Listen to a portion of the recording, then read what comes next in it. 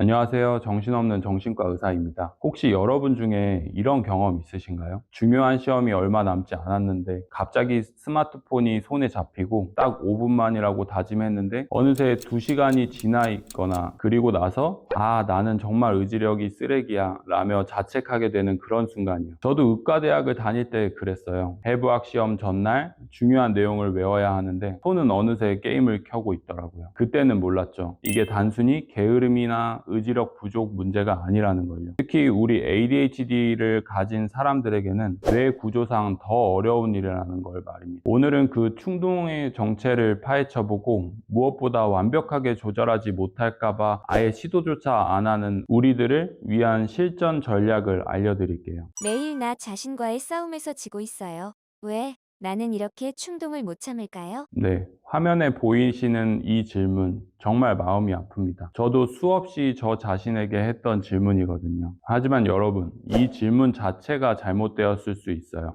왜 나는 충동을 못 참을까가 아니라 왜 이런 충동이 반복될까로 관점을 바꿔봐야 합니다. 플라톤은 인간을 이성, 감정, 욕망이라는 세 마리 말이 이끄는 마차에 비유했습니다. 욕망이라는 말이 자꾸 옆길로 빠지려고 하지만 그 말이 없다면 마차는 앞으로 나아가지 못해요. 충동도 마찬가지예요. 제가 전공의 시절 병동에서 환자 차트를 작성하고 있는데 갑자기 핸드폰 알림이 왔어요. 잠깐만 확인하자 했는데 어느새 SNS를 30분 동안 보고 있더라고요. 그때는 내가 집중력이 없어서 그런가 생각했었는데 나중에 알고 보니 복잡한 환자 상태를 정리해야 한다는 부담감에서 도망치려던 거였어요. 우리 뇌는 원래 그렇게 만들어졌어요. 불편한 감정을 피하려고 즉각적인 만족감을 주는 것을 찾게 되죠. 특히 ADHD가 있는 우리는 도파민 시스템이 일반인과 다르게 작동하기 때문에 이런 현상이 더 강하게 나타납니다. ADHD와 충동 조절이 어떤 관계인가요?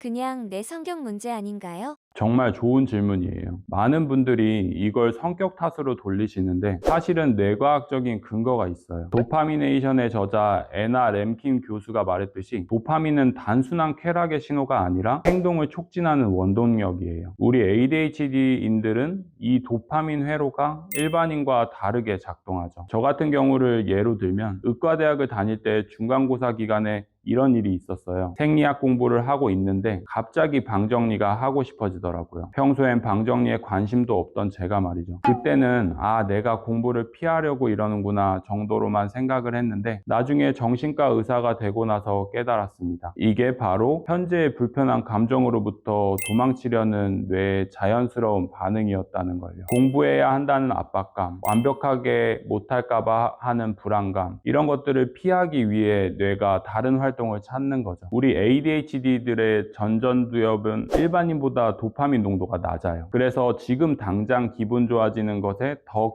강하게 끌리게 되죠. 카페인, 게임, SNS, 쇼핑 이런 것들이 주는 즉각적인 자극에 유독 약한 이유가 여기 있습니다. 이건 정말 의지력의 문제가 아니라 우리 뇌가 그렇게 만들어진 겁니다. 그럼 어떻게 해야 하나요?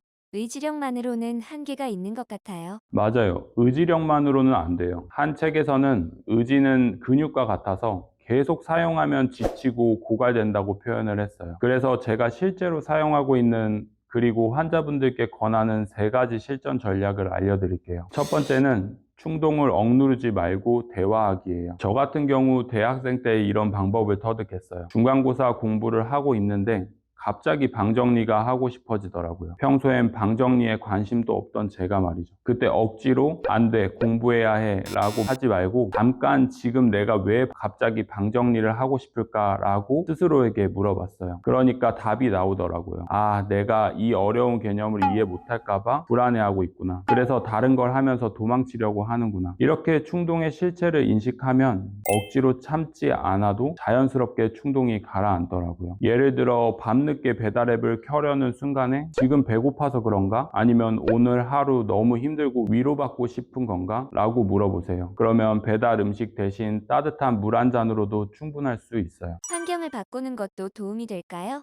집에서는 집중이 정말 안 돼요. 절대적으로 도움이 됩니다. 이게 바로 2번째 전략, 도파민을 없애지 말고 방향만 바꾸기예요. 도파민을 기대 분자라고 표현하기도 하는데 정말 맞는 말이에요. 실질적인 성취보다는 곧 뭔가 있을 것 같은 기대감이 도파민을 자극하거든요. 제가 대학생 때 발견한 방법이 있어요. 스터디 카페에 가면 집중이 잘 되는데 단순히 조용해서가 아니더라고요. 주변에 공부하는 사람들, 노트북으로 작업하는 사람들이 있으니까 나도 뭔가 해야겠다는 사회적 신호가 뇌에 전달되는 거죠. 집에서도 이걸 응용할 수 있어요. 거실을 집중존으로 바꿔보세요. 스탠드 조명을 켜고 커피 한 잔 올려두고 집중용 음악을 틀면 평범했던 공간이 뭔가 해야 할 것 같은 분위기로 바뀔 수 있습니다. 환경이 암시를 주면 도파민도 그 방향으로 흘러가기 시작합니다. 그래도 충동이 올 때가 있어요. 완전히 참을 수는 없을 것 같은데. 당연하죠. 그래서 세 번째 전략이 충동을 금지하지 말고 예약하기입니다. 습관의 힘 저자 찰스 두이그가 말했듯이 행동을 바꾸는 가장 효과적인 방법은 루틴을 교체하는 거예요. 억제가 아니라면 연기죠. 제가 전공의 때 있었던 일을 말씀드려 볼게요. 케이스 스터디를 하다가 갑자기 유튜브가 보고 싶어지면 좋아, 지금 말고 이 챕터 끝나고 20분 동안 실컷 보자 라고 약속을 했어요. 이게 생각보다 효과적이더라고요. 절대 안 돼 라고 하면 더 하고 싶어지잖아요. 대신 나중에 하자 라고 하면 심리적 갈등이 줄어들어요. 그리고 기다리는 동안 나는 참을 수 있는 사람이야 라는 자기 효능감도 쌓일 수 있습니다. 예를 들어 야근 후에 와서 넷플릭스 한 편만 보려다가